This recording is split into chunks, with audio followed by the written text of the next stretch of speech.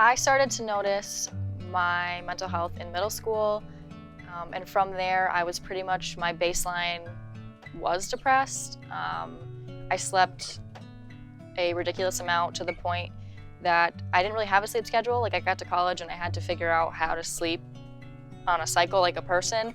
I would come home from high school and I would sleep for 3-4 hours, not sleep at night, get up and go to school and do the same thing. I did that for like 4 or 5 years. High school was very rough for me in a sense that I didn't do everything I wanted to do because I felt held back by my mental health issues. I only hung out with the same people because I just didn't have that emotional capacity to have different friends and branch out. I realized I needed help in high school, but I was like, maybe it's just the setting, maybe it's just because, you know, I'm in really small classes and everyone knows everyone and that kind of business. And then I got to college and it got worse. My freshman year, I played basketball for Plattsburgh, and due to some conflicts, I stopped playing, and that decision was really hard for me to make, but it was needed. But unfortunately, because I stopped playing, I lost a huge part of my identity, and a lot of people think it's kind of ridiculous that I was so upset about a sport. I didn't get over it for probably 1.5 years.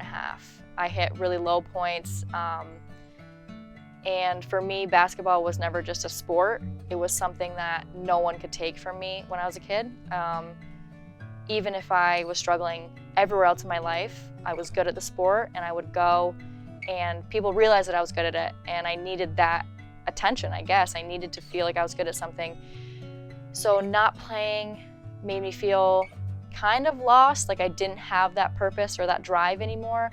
But also I feel like some of my family relationships revolved around me playing basketball and them coming to my games and congratulating me. So I feel like I lost some connection, but also a piece of myself.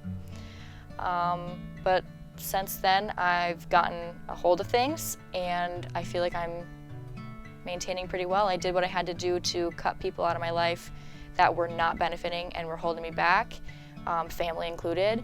And I can honestly say at 20, I feel like myself again, which I didn't think you could even say at 20. Like, this is when you should start feeling things in general, but now I feel like myself, and I'm really happy that things have turned out the way they have. And yeah, things have happened to me that have been unfortunate, but I am definitely a better person because of it.